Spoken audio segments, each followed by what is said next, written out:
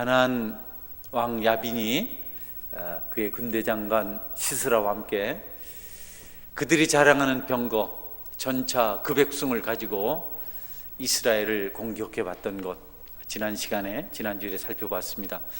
하나님께서 그 위급한 순간에 여인 드보라를 사사로 세우시고 또 그의 군대 장관 바락과 함께 이길 수 없는 전쟁을 이기게 해주셨습니다. 이스라엘 백성들 절대로 전차를, 그들의 병거를 이길 수 없었는데 하나님 앞에서 가나안 왕 야빈이 자랑하는 그 무기들은 아무 소용도 없었고 그저 고철덩어리에 지나지 않았습니다. 이스라엘 손에 들려진 무기는 별것 아니었습니다. 청동기가 대다수였고 그들 중에는 밭에서 할 때 사용하는 연장을 들고 나온 사람도 있었습니다. 그럼에도 불구하고 그들이 전쟁에 승리할 수 있었던 것은 하나님께서 그들과 함께 하셨기 때문입니다. 전쟁은 하나님께 속한 것입니다. 여러분, 하나님께서 함께 하셨기 때문에 그 전쟁이 이스라엘의 승리로 끝이 난 것입니다. 하나님은 사람 중에 약한 자를 택하셔서 강한 적을 물리치게 하시고 그리고 영광을 받으시는 분이십니다. 우리가 신앙생활 하면서 이 비밀을 알면, 이 사실, 이 진리 하나만 잘 알아도 성공적인 인생을 살 수가 있습니다. 하나님이 나를 축복하셔야, 하나님이 나를 지키셔야 내가 축복받을 수 있고 내가 대적을 물리치고 잘 될 수 있다. 이 사실 하나가 우리를 승리하게 만들고 성공하게 만들고 축복의 사람으로 만듭니다. 성도 여러분, 여러분께서 여러 가지를 많이 알기보다도 하나님께서 이와 같이 약하고 부족하고 가진 것이 없는 백성들을 사용하셔서 모든 것이 완전무장된 가나안 군대들을 물리치신 것, 또 그 일을 통해서 영광 받으신다는 사실을 우리가 늘 마음속에 두고, 내가 약하고 부족하고 세상을 상대해서 싸울 수가 없고 또 내가 힘쓰고 애쓰는 것들이 보잘것없는 것이지만 내가 하나님을 믿고 하나님을 따라가면 하나님께서 나를 복되게 하시고 나를 통해서 영광 받으신다. 이 사실 꼭 명심하시고 하나님 안에서 살아가실 수 있기를 바랍니다. 가난하고 부족했는데, 여러 가지가 열악했는데 부자가 되었어요? 잘 되었어요? 강하게 되었어요? 왜 그랬을까? 사람들이 보니까 다른 것은 아무것도 아닌데 그가 특별히 하나님을 섬기는 자였다. 하나님께 예배드리더니, 하나님께 기도하더니, 하나님을 잘 섬기더니, 하나님 교회에서 봉사하고 그분의 나라와 일을 먼저 구하더니 그래서 잘 되었구나.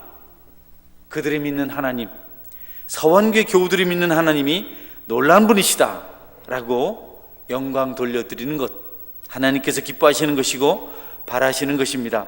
성도 여러분, 그런 축복을 여러분이 누리길 원하면서 하나님 첫째 자리에 모시고 믿음의 삶을 살아가시기를 주님의 이름으로 축원합니다. 저는 일부 예배가 개인적으로는 참 기대가 되고 의미가 있습니다. 제 영성도 좀 새로워지는 것 같고, 그리고 약간 몸은 피곤합니다. 이전에 여러분들이 아침 일찍부터 나와서 봉사하셨을 때에 그 여러 가지 환경들을 좀 이해도 하게 되었고, 또 그런 중에 받았을 성령 충만한 축복도 좀 제가 생각을 하게 되었습니다. 비록 몸이 피곤하고 어렵지만 하나님께서 이렇게 행하는 예배 감동이 조금 부족할 수 있는 이런 분위기 속에서 예배 드리시고 또 이렇게 여러분이 봉사하는 것 기억하시고 자손만대 축복으로 갚아주실 것을 확실히 믿습니다. 할렐루야. 경민아, 내일부터는, 다음 주부터는 나한테 반납을 해야 되기 때문에 오늘 작곡까지 있으면, 그래서 여기까지 왔는데 아침에 와서 드럼하고 수고하고 딱 그것 때문에 하나님의 축복을 빼앗기는 것은 좀 억울한 일 아닐까? 경민이 할렐루야? 아멘은 꼭 그렇게 하겠습니다 이런 뜻이거든. 그러니까 닭 주머니에 딱 넣고 계속 그랬는데 목사님이 그냥 봐줬거든. 오늘부터는 가만히 있으면 경민이가 손해를 볼 것 같아. 다른 친구들 다 노는데 와서 이렇게 봉사하는데, 야, 이 봉사가 축복을 받아야 되는데 저러면 안 되겠다 해서 목사님 마음을 바꿨어요. 할렐루야. 계속 두고 싶었어요. 경민이 이렇게 수고하는데 그것 좀 내가 봐주자. 또 중고등부 예배 가는데, 그런데 내가 그냥 두면 경민이가 축복을 못 받을 것 같아. 목사님에서 서운하게 생각하지 말고 할렐루야, 그래 아멘 자꾸 했으니까 할렐루야. 여러분, 그래서 우리가 수고하고 애쓰고 여러 가지 일을 주님 앞에 힘쓰는 것은 하나님의 축복을 우리가 쌓아가는 겁니다. 그러니까 절대로 다른 것 의지하지 말고 하나님 의지하는 일에 전심을 다해야 하는 것, 여러분이 명심하시고 또 명심하시기를 주님의 이름으로 축원합니다. 하나님이 하필이면 우리같이 약한 사람들을 택하셨을까? 강한 사람들을 택하면요, 강해서 잘 됐다고 생각을 해요. 강해서. 잘난 사람 택해서 하시면 그들이 잘나서 자기가 잘 됐다고 생각을 해요.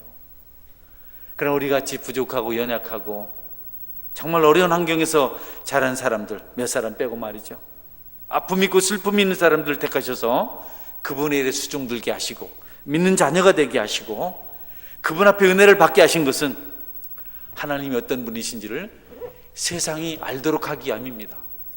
여러분의 조건이 열악한 것, 세상에서 특별히 인정받지 못하는 것, 여러분이 기대하는 만큼 풍성하지 못하는 것 때문에 낙심하거나 좌절하지 말고, 자주하지 말고 이런 날을 택하셔서 하나님이 어디에 쓰실까? 나를 통해서 하나님께서 영광 받으신다면 나는 그것으로 만족한다. 여러분이 교사가 많잖아요. 여러분 중에 원감생심, 여러분 세상적으로는 교사 하기가 엄청 힘들잖아요. 시험 보고 얼마나 힘들어요. 또 부모들한테, 아이들한테 요새는 존경받기보다는 그렇잖아요. 근데 우리가 이런 가운데 있는 것은 하나님께서 우리를 통해서 영광 받으시고자 하는 것임을 꼭 기억하시고, 여러분 절대로 힘들어 하시거나 또 게으르시거나 여러분의 소명을 소홀히 하지 않기를 주님의 이름으로 축원합니다. 성경에 보면 하나님의 백성들이 하나님을 통해서 승리한 이야기들이 많이 나와 있습니다. 계속 반복해서 하나님이 주신 승리는 결코 패함이 없다는 것, 하나님께 주신 그 승리는 다시 적들로 인하여 하나님을 넘보지 못하도록 한다는 사실을, 그런 사건들을 기록하면서 우리에게 보여주고 있습니다. 주님의 십자가의 승리는 단 한 번에 영원한 것이라는 사실을 말씀하고 있는 것입니다. 계속해서 전쟁을 통해서 승리를 이스라엘에게 주신 이유는 십자가 승리를 알려주기 위한 겁니다. 우리가 예수님을 믿고 그 십자가 안에 있으면 우리도 영원한 승리자로 살아갈 수가 있습니다. 이것은 이 땅에서 육신을 가지고 있는 우리에게 있는 영적 전투, 육체적인 영적 전투가 없다는 것을 말하지 않습니다. 우리는 계속해서 영적 전투를 감당해야 합니다. 왜냐하면 우리의 대적들은 아주 무모합니다. 지혜로운 것 같지만 아주 어리석습니다. 그래서 이기지 못할 전쟁인데도 계속해서 미련을 가지고 도전해 옵니다. 안 되는 줄 알면서도. 그래서 이 땅에서는 여러분 영적 전투가 끊임없이 일어납니다. 순간순간 일어납니다. 없는 것처럼 생각하면 안 됩니다. 그러나 하나님의 전쟁은, 그리스도의 전쟁은 십자가를 통해서 단번에 승리했습니다. 우리가 승리를 믿고 그 주님을 의지하고 계속해서 전쟁터에서 싸움을 하면 결과는 항상 우리의 승리입니다. 봉사 현장에서, 여러분의 삶의 터전에서, 모든 여러분의 행동하는 모든 곳에서 여러분이 승리자 되신 예수님을 믿고 도전하는 삶을 살면 마침내 승리가 여러분에게 주어집니다. 영적 전투가 계속됐던 것을 우리가 봅니다. 하나님 자신의 영광을 나타내시려고 계속해서 영적 전투를 이스라엘 백성들에게 허락하셨고, 이스라엘 백성들을 경성시키려고 그 전쟁을 하게 하셨습니다. 이스라엘 백성들 약해서 또 우상 섬겼습니다. 얼마 가지 않았습니다. 드보라 죽고 나서 또 조금 있으니까 또 우상을 섬기고 하나님을 떠났습니다. 그것이 사단에게 전쟁의 빌미를 줍니다. 이스라엘 백성들만 그런 것이 아니고 우리도 마찬가지예요. 그렇게 결심을 하고 너무너무 아팠기 때문에 다시는 그렇게 하지 않겠다고, 축복을 받겠다고 결심한 것 우리가 많지만 여전히 마귀는 그런 우리를 향해서 도전해 옵니다. 이스라엘 백성들도 마찬가지였습니다. 그들의 우상을 섬겼기 때문에 이제는 미디안 족속들이, 가장 강력한 베두인 미디안 족속들이 이스라엘 백성들을 공격해 옵니다. 이스라엘 백성들이 그 전쟁에 지치고 힘이 들어서 신음을 토합니다. 고통 가운데 하나님을 찾았습니다. 다행스럽게도 하나님께서 그들의 신음소리를 들으시고 새로운 지도자를 세우셨는데 그 지도자가 기드온입니다. 하나님은 놀랍게도 백성들이 힘들어하고 어렵고 고통스러워할 때 하나님이 진 일하시지 않고 그때마다 사람을 세우셨어요. 애굽에 있는 이스라엘 백성들을 위해서는 모세를 세우셨고, 세상이 좋아서 쫓아감으로 홍수 심판을 받아야 될 그 시대에는 노아를 세우셔서 인류를 보존하셨고, 오늘 미디안 족속들 때문에는 기드온을 세우신 것을 봅니다. 우리가 세움을 입었다는 것, 특별히 교사가 되었다든지 교회 직분자가 되었다든지 가정의 아내나 남편의 가장이 되었다는 것은 하나님이 인정하심입니다. 우리 선생님 여러분, 교우 여러분, 여러분이 주님으로부터 세움을 받은 것 그냥 막연하게 생각하지 말고 나를 믿고 나를 세우셔서 나를 통하셔서 이 땅을 구원하시고자 하는, 영혼을 구원하시고자 하는 하나님의 섭리가 있는 것이구나 깨닫고 책임지는 하나님의 백성이 될 수 있길 주의 이름으로 축원합니다. 아무렇게나 하면 안 됩니다. 우리 최영희 집사님, 할렐루야, 책임을 딱 가져요. 책임. 우리를, 기드온을 세웠어요. 기드온이 정신이 바짝 들었습니다. 이제 기드온은 가장 강력한 대적과 싸워야 됩니다. 계속 이스라엘을 괴롭혀 왔는데 그들 중에 가장 흉악하고 잔인한 족속이 미디안 족속이에요. 그래서 성경은 그들을 메뚜기와 같다 이렇게 표현했습니다. 하나도 남기지 않는, 초토화시키는 족속. 기드온이 300용사를 가지고 미디안 적들과 싸우려고 하는데, 여러분, 미디안 족속의 군사 숫자는 13만 명이 넘었습니다. 한 산가들을 덮고 13만 명이 올라옵니다. 수가 많아서 메뚜기 같았고, 그들이 한번 휩쓸고 지나간 것은 모두가 약탈을 당해서 남는 게 하나도 없었습니다. 계속 이런 약탈을 이스라엘 백성들이 당합니다. 메뚜기 같았어요. 이상하게도 그들은 평소에 보이지 않습니다. 어디가 있는지 흔적을 못 찾겠습니다. 그런데 추수철만 되면 메뚜기처럼 몰려오는 겁니다. 모두 가져갑니다. 전부 쓸어갑니다. 사람을 죽이기도 하고 곡식 하나도 남겨두지 않고 강탈해 갑니다. 정확하게 마귀를 상징하는 족속들입니다. 마귀는요, 숨어 있다가 약한 자들을 공격합니다. 너무 이상하잖아요. 평소에는 교회가 건강하고 성도들이 영적으로 깨어있고 충만할 때는 마귀가 가까이 안 와요. 여러분이 비실비실할 때 그때 마귀가 여러분을 유혹한다고. 미디안 족속들이 그랬습니다. 추수 때만 되면 나타나가지고 모두 쓸어갔어요. 이단자들 보십시오. 숨을 죽이고 숨어 있습니다. 얼마나 친절한 얼굴을 하고 부지런한지 모릅니다. 그래서 요즘은 너무 부지런해도 목사님들이 의심을 합니다. 왜 저렇게 부지런한가? 아주 그냥 세상이 아주 어수선해졌어요. 힘을 잃으면 약해지면 찾아와서 방해를 합니다. 세상의 원리가 그래요. 하나님과 너무 다르잖아요. 하나님은 약한 자들을 돕고 그 약한 자들을 힘있게 하셔서 일하시는데, 마귀는 약한 자들을 죽입니다. 약해지면 끝입니다. 허점이 보이면 마귀는 그 순간 아주 강력하게 공격합니다. 그래서 우리가 절대로 허점을 보이면 안 됩니다. 여러분이 약해지면, 여러분이 허물해 보이면 하나님은 긍휼히 여기시고 보혈의 피로 씻어주시고 붙들어 주시고 눈물 흘려 주시지만, 여러분의 대적 마귀는 그 약점을 붙들고 여러분을 죽여 없애려고 작정을 하고 공격을 합니다. 여러분이 깨어있기를 주의 이름으로 축원합니다. 절대로 빈틈 보이면 안 됩니다. 벌떼같이 메뚜기 차에 덤벼드는 거예요. 교회가 기도를 잃고 영적으로 거룩하지 못하면 여러분, 이단들이 벌떼처럼 모여들어요. 건강하지 못한 사람들이 벌떼처럼 모입니다. 제가 보니까 이 말을 하기 좀 어려운데 교회에 적은 교회입니다.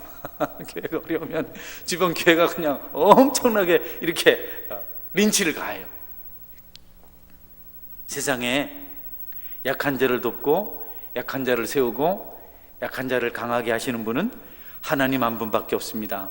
지치고 힘들고 어려울 때 하나님께 나와서 하나님의 도움을 구하는 사람이 가장 현명한 사람입니다. 세상 찾고 사람 찾고 여기저기 방황하지 말고 약해졌을 때, 힘들 때 주님을 붙드는 여러분의 신앙 여정이 될 수 있기를 주님의 이름으로 축원합니다. 그리고 우리도 마찬가지입니다. 넘어진 자들, 약한 자들, 공고한 자들, 힘쓰고 애쓰는 자들 도와야 돼요. 싫어 버림받았던 예수님의 모습, 흠멀 많은 것이 아무것도 없은 예수님 모습, 모든 사람들이 고개를 흔들면서 외면했습니다. 하나님 그 예수님, 마른 땅에선 자라난 연한 순 같은 그 예수님, 충분히 수분을 공급받지 못해서, 충분히 양분을 공급받지 못해서 살짝만 건드려도 부러질 수밖에 없는 그런 연한 순 같은 그 예수님을 하나님께서 붙드시고 이 땅의 구원자로 삼으셨습니다. 또 우리를 주께서 충성되이 여기셔서 자녀로 삼으시고 일꾼으로 삼아주셨습니다. 그러므로 우리도 약한 자를 돕고 그들을 세워가야 합니다. 특별히 여러분들이 가장 약한 자들을 맡아서 수고하고 있습니다. 어린아이들 돕고 있습니다. 주님의 마음으로 그런 일들을 여러분이 기쁨으로 감당하실 수 있길 바랍니다. 기도 많이 하시길 바랍니다. 할렐루야. 아이들이 기도로 자라요. 말씀으로 양육하시길 바랍니다. 할렐루야. 그들의 영혼은 말씀을 먹고 자랍니다. 여러분의 인생 이야기가 아니고요, 여러분의 물질이 아니고 여러분의 영혼을 사랑하는 마음, 여러분의 경건한 능력, 여러분의 진실한 눈빛, 그 애정 어린 관심 어린 그 깊은 눈동자를 통해서 약한 자들이 강하게 되는 거예요. 우리는 예수님의 희생 때문에 힘을 받고 위로를 얻고 그분의 십자가를 생각하면서 다시 회복을 하는 것입니다. 그래서 영적 전투를 여러분이 하셔야 됩니다. 마귀에게 넘어지면 안 됩니다. 베드로는 이렇게 말합니다. 근신하라, 깨어라. 너희 대적 마귀가 우는 사자같이 두루다니며 삼킬 자를 찾나니 너희는 믿음을 굳게 하여 그를 대적하라. 이는 세상에 있는 너희 형제들도 동일한 고난을 당하는 줄을 알미니라. 싸워서 이겨야 합니다. 주님을 붙들고 일어나야 합니다. 항상 깨어 있어야 합니다. 잠들었으면 마귀가 공격합니다. 무기력한 자들을 좋아하는, 쓰러진 자들을 좋아하는 그 마귀의 희생 제물이 되지 않도록 어떻게든 여러분 허리띠를 졸라매고 믿음으로 굳건히 서서 여러분의 사명을 감당해 갈 수 있어야 합니다. 전투가 끝나지 않았습니다. 주님은 단번에 이 세상의 적들을 다 대적했지만 패한 그들이 아직까지도 꼬리 부분이 살아서 미련을 버리지 못하고 하나님의 자녀들에게 도전을 해옵니다. 기도는 사사로 세움을 입었을 때 엄청난 부담을 가졌습니다. 적들이 너무 강했기 때문에, 상대적으로 자신이 감당해야 될 일이 너무 막중한 것이기 때문에 강한 적들로부터 백성들을 지켜야 하고 뿐만 아니라 그들을 넘어뜨려야 했기 때문에 베드로에게는 엄청난 영적 부담이 있었습니다. 저는 여러분들에게, 기도원에게 여러분들에게 이런 영적 부담이 있기를 주님의 이름으로 축원합니다. 습관적으로 하면 안 된다고요. 어떻게 일을 감당할까? 하나님은 그와 같은 거룩한 부담을 가지고 여러 가지 과정을 통해서 사명을 감당하는 기도원에게 천사를 보내시고 평강을 약속합니다. 천사가 찾아와서 기도원에게 했던 가장 첫 번째 말은 여호와 샬롬이었습니다. 우리가 전쟁에 이기고 우리의 사명을 잘 감당할 수 있는 믿음의 첫 번째 열매는 평안입니다. 평강입니다. 예수님께서 부활하시고 제자들을 찾아오셨습니다. 두려워서 창문을 모두 걸어 잠그고 그냥 떨고 있는데 주님께서 잠겨진 문을 통과하셔서 들어오셨습니다. 그리고 그들에게 말씀하셨습니다. 너희들에게 평강이 있을지어다. 저도 여러분들에게 평안이 있기를 주의 이름으로 축원합니다. 우리의 평안을 빼앗아가는 것은 다른 것이 아닙니다. 마귀의 도전입니다. 마귀가 주는 선물 죄입니다. 그렇지 않고서야 천만이 우리를 둘러치고 우리를 공격하려고 해도 우리가 두렵지 않은 것입니다. 우리가 평안을 빼앗겼다면 그 빼앗긴 평안은 두 경로를 통해서 가능합니다. 하나는 세상이 너무 힘들고 사람들 때문에, 삶의 여정 때문에 평안을 잃을 수 있습니다. 그 평안은 하나님께 돌아오면 바로 회복이 됩니다. 할렐루야. 세상을 통해서 빼앗긴 평안들은 걱정하지 마십시오. 주께 나와 눈물 뿌리며 기도하고 여러분의 중심을 돌아오면 바로 회복이 됩니다. 그러나 여러분이 하나님에게 범죄함으로 평안을 잃어버리면 대가를 지불해야 됩니다. 회복이 어렵습니다. 세상이 어렵고 힘들어서 평안을 잃은 것이야 오히려 주님의 위로와 축복을 경험할 수 있는 기회가 되지만, 하나님을 대적하고 하나님을 거역하고 하나님께 불순종하다가 겪는 말씀을 알면서도, 기도의 능력을 알면서도 말씀대로 살지 않고 기도하지 않으면 그 평안이 회복되는 것이 너무 어렵습니다. 점점 더 세상에 깊이 빠져서 멸망의 길을 갈 수도 있습니다. 그렇기 때문에 하나님 앞에 여러분이 범죄하지 않는 경건한 삶을 살아갈 수 있어야 합니다. 기도는 또 자신이 제단을 쌓고 난 다음에 그 제단의 이름을 여호와 샬롬이라고 붙였습니다. 그가 갈망하던 것도 평강이었습니다. 그가 원하는 것도 평안이었습니다. 기도는 마음의 부담을 가지고 갈등을 가지고 불편함을 가지고 살 수 없는 사람이었습니다. 저는 여러분들이 그런 사람이 될 수 있길 바랍니다. 마음에 꺼리는 것 가지고 살 수 없는 사람들이 있습니다. 대화를 해야 되고 드러내야 되고 고백을 해야 되고 숨길 수 없는 사람들. 기도원이 그런 사람이었습니다. 그래서 그는 평안을 원했습니다. 웬만하면 적들과 싸울 때 바라는 것이 탈취물입니다. 전리품, 쾌락입니다. 알렉산더 같은 사람들은 전쟁을 할 때 군사들에게 전쟁하러 가자 하면 자원에서 나왔습니다. 왜냐하면 모든 전리품들을 군사들에게 주었기 때문에. 알렉산더는 땅만 차지했습니다. 오히려 병사들 입장에서 전쟁하러 가자고 요청을 했습니다. 돈 떨어졌다고. 그때는 탈취물을 얻는 것이 전쟁의 전부였고 영토를 넓히는 게 전쟁의 전부였습니다. 그러나 기도원은 달랐습니다. 기도원은 적들에게 모든 것을 빼앗겼을 때 동족들이 고통하는 것을 보았습니다. 메뚜기 때처럼 찾아왔던 그 미디안 족속들이 온 농토를 초토화시키고 어린 자녀들을 죽이고 그렇게 할 때 여인들이 슬피우는 것을 보았습니다. 그가 불안해하고 숨어서 타작하는 그 일이 얼마나 고통스러운 일을 알았습니다. 그래서 기도원의 마음속에는 오직 한 가지밖에 없었습니다. 평안한 나라가 되었으면 좋겠다. 삶이 좀 평화로웠으면 좋겠다. 여간 채소를 먹으면서도 다투지 않고 좀 화목하게 살았으면 좋겠다. 그래서 그의 제단의 이름이 여호와 살롬이었습니다. 기도원 이후로 이스라엘은 또다시 무화과 나무 아래서 평화를 노래하며 행복한 삶을 살아갈 수가 있었습니다. 여러분에게도 평안이 첫 번째가 될 수 있길 주의 이름으로 축원합니다. 평안하면 승리할 수 있어요. 평안하면 당당할 수 있습니다. 평안하면 두려움 앞에서 떨지 않아도 됩니다.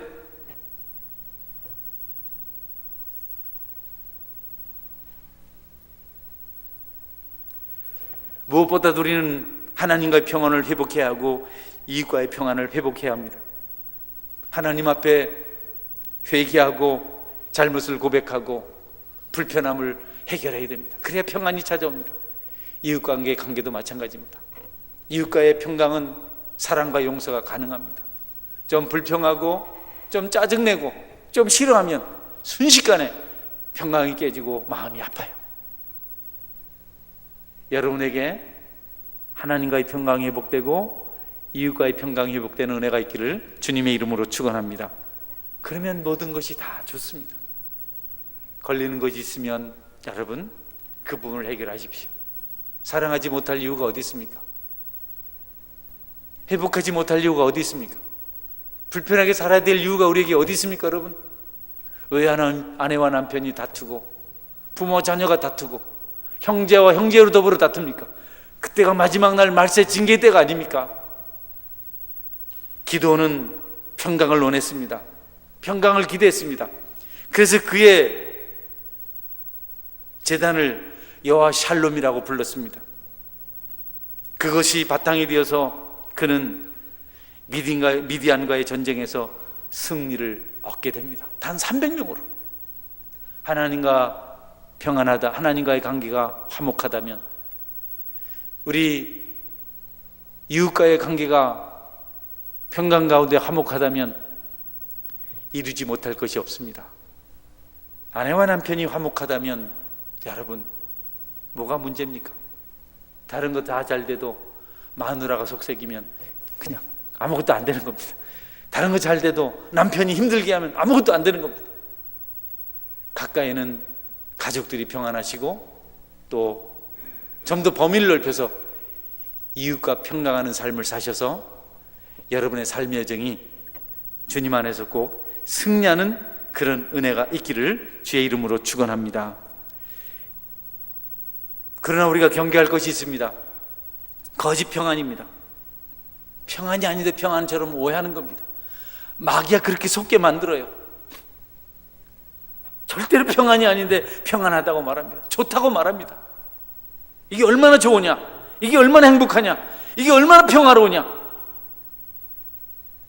하늘을 한번 봐라, 얼마나 평화로우냐. 마귀가 그렇게 속삭입니다.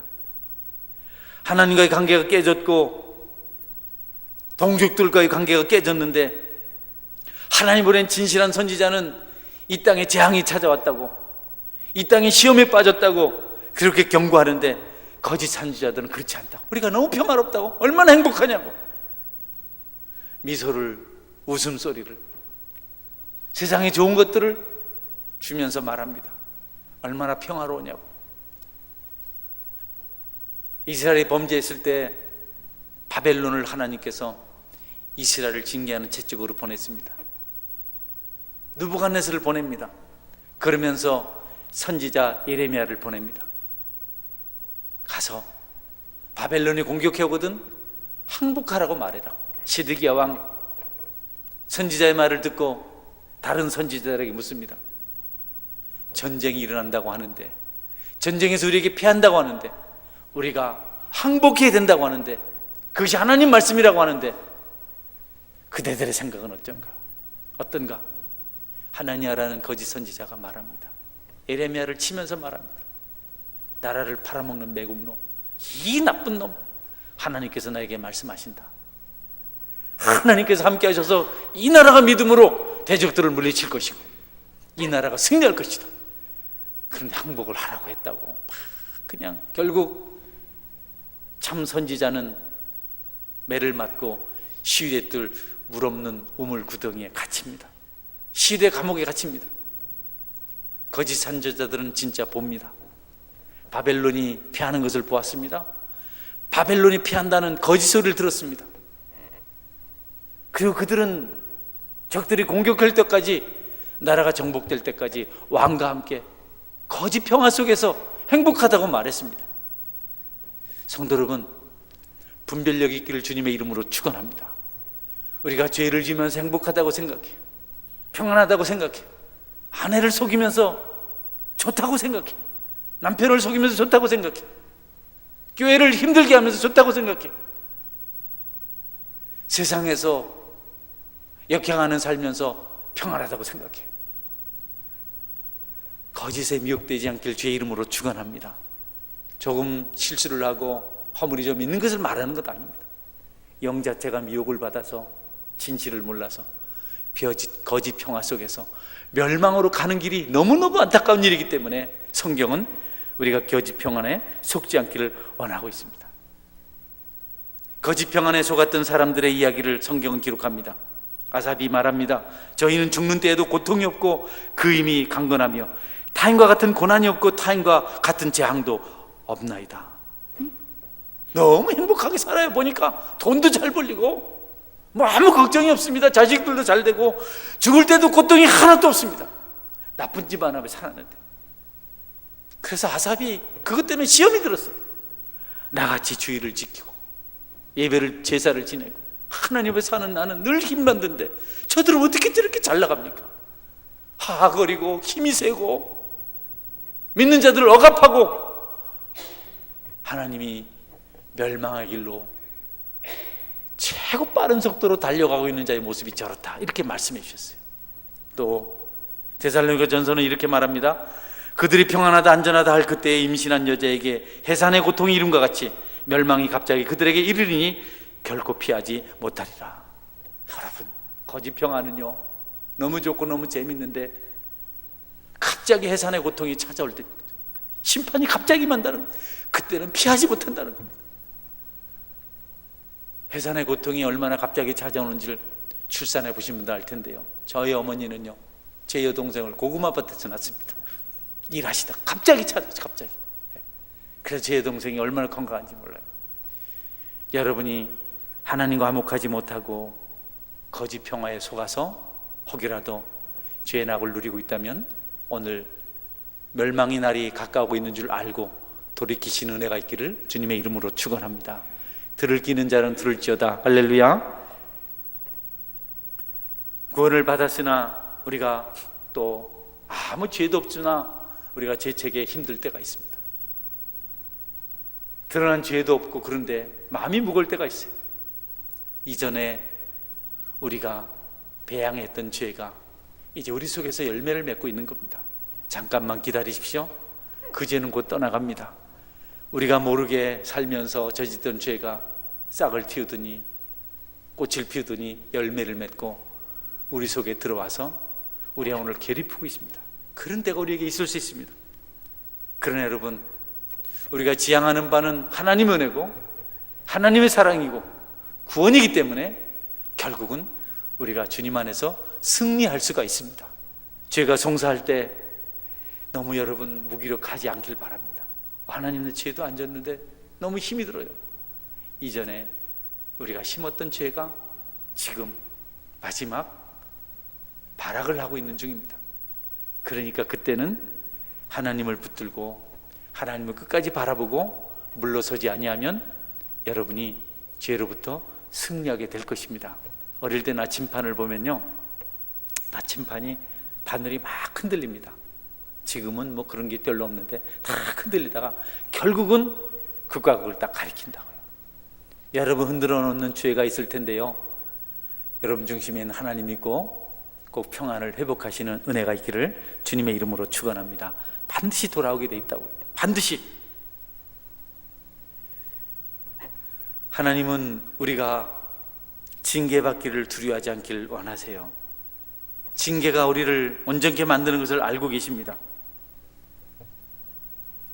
우리는 그 징계의 십자가를, 징계의 채찍을 불편히 여기면 안 됩니다. 우리를 새롭게 할 수 있는, 우리의 모든 죄를 씻고 우리가 평강을 회복할 수 있도록 하나님께 주시는 방법은 십자가입니다. 거짓 평화가 아닙니다. 몇 마디 말이 아닙니다. 눈가림이 아닙니다. 하나님이 주시는, 우리를 회복시키는 그 고통은 우리 힘으로 감당할 수 없는 엄청나게 힘든 것들입니다. 주님의 옷으로 갈아입지 않고는 절대로 수치를 가릴 수가 없고, 그분의 피로 씻지 않으면 절대로 씻어지지 않는 것이기 때문에 우리가 그분이 쉬는 고통의 길을 걸어갈 때는 여러분, 우리 힘으로 이겨낼 수가 없습니다. 그대로 받아야 됩니다. 고스란히. 사람이 치는 주먹이라면 비킬 수가 있는데요, 사람이 치는 발길질이라면 피해갈 수가 있는데요, 하나님께 주신 것은 그대로 다 받아야 됩니다. 하나도 여가되는 것이 없습니다. 얼마나 힘이 든지 모릅니다. 그 고통의 가장 선봉이셨던 예수님에 대해서 성경이 이렇게 말씀하고 있습니다. 그가 찔림은 우리의 허물 때문이요, 그가 상함은 우리의 죄악 때문이라. 그가 징계를 받음으로 우리가 평화를 누리고 그가 채찍에 맞음으로 우리가 나음을 입었도다. 우리는 다 양 같아서 그릇 행하여 각기 제 길로 갔거늘 여호와께서는 우리 무리의 죄악을 그에게 담당히 시키셨도다. 무슨 말씀입니까? 주님이 당하셨던 십자가의 고통을 그대로 당하는 것이 주께서 우리를 연단하실 때, 새롭게 하실 때, 축복하시려고 준비시킬 때 우리가 겪어야 되는 고통이라는 겁니다. 아파 보셨나요? 주님 때문에 주님이 주시는 그 고난을 경험해 보신 적 있습니까? 얼마나 아픈지 알 겁니다. 기드온이 그것을 보면서 두려움으로 떨었습니다. 슬프도소이다. 주 여호와여, 내가 여호와의 사자를 대면하여 보았나이다. 내가 죽게 되었나이다. 하나님의 천사를 만나고 가장 먼저 기드온이 고백했던 것은 두렵다. 내가 죽게 되었다. 하나님의 징계의 채찍을, 하나님을 정통으로 만났을 때 우리가 그런 경험을 합니다. 여러분에게도 그런 경험이 있기를 주의 이름으로 축원합니다. 이사야 선지자는 하나님의 성전의 영광을 보고 화로다 나여 망하게 되었도다. 나는 입술이 부정한 사람이요 나는 부정한 백성 중에 거주하면서 만군의 여호와신 왕을 비웠노라. 여러분, 이런 두렵고 떨림이 여러분에게 있어야 됩니다. 그래야 평화가 회복되는 겁니다. 세상이 주는 것, 피해갈 수 있는 것, 우리를 자유롭게 하지 못합니다. 베들에서 야곱이 했던 고백이 뭡니까? 이곳이요 두렵도다. 다름이 아닌 하나님의 집이요 이는 하늘의 문이로다. 하나님을 만나더니 야곱이 두려움에 사로잡혔습니다. 너무 힘이 들었어요. 하박국 선지자의 고백은 더 분명합니다. 내가 들었으므로 내 창자가 흔들렸고 그 목소리로 말미암아 내 입술이 떨렸도다. 무리가 우리를 치러 올라오는 환난 날을 내가 기다림으로 썩이는 것이 내 뼈에 들어왔으며 내 몸은 내 처에서 떨리는도다. 여러분, 축복을 받기 전에, 승리를 경험하기 전에 우리가 아픔을 느낍니다. 고난을 당합니다. 힘들지만 그런 고통이 우리를 정결하게 만들고 하나님의 축복을 받을 수 있는 성숙한 사람으로 만들어줍니다. 십수년 전의 일을 생각합니다. 수년 전의 일을 생각합니다. 두려움이 저에게 찾아왔었어요. 정말 뼈가 녹는 것 같은, 내장들이 상하는 것 같은 그런 아픔을 경험했습니다. 사람이 살 수가 없다는 생각을 할 만큼 힘이 들었습니다.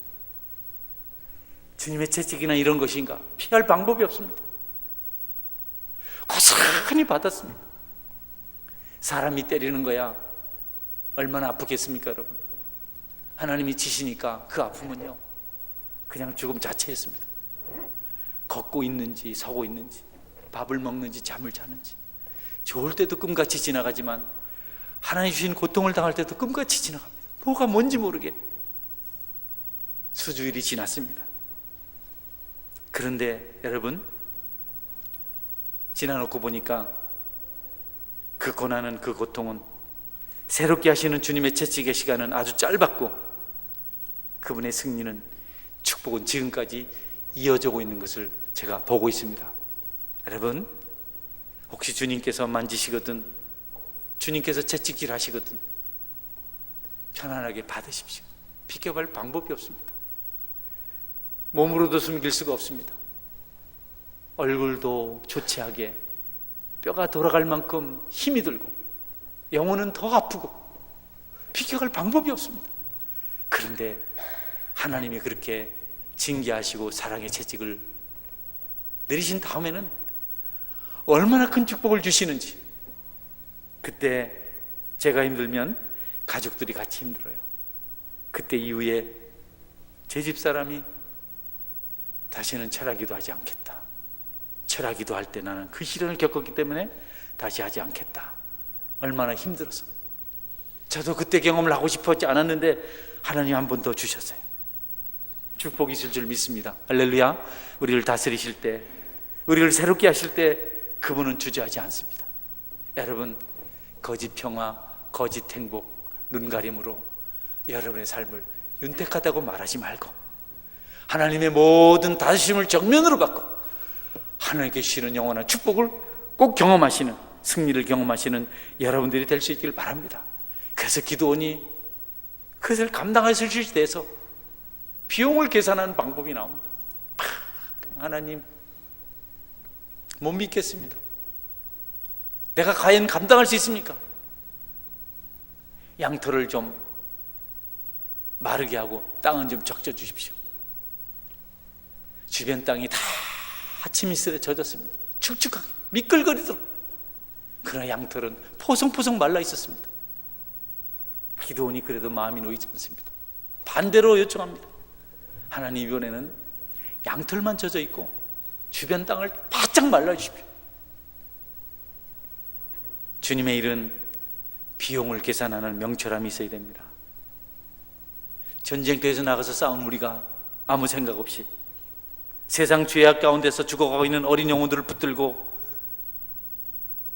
말씀을 가르치고 그들을 세워야 되는 우리가 비용을 계산하지 않고 막연하게 그냥 세상 선생님들처럼 그렇게 해서는 절대로 승리를 쟁취할 수가 없습니다. 거룩한 부담을 가집시오. 두려움 앞에서 주님을 의지하십시오. 그리고 반드시 평강을 회복하십시오. 주님의 일을 감당하는 주님 백성들의 승리의 전제는 평안입니다. 여러분들에게 그 평안이 있기를 주의 이름으로 축원합니다. 아멘.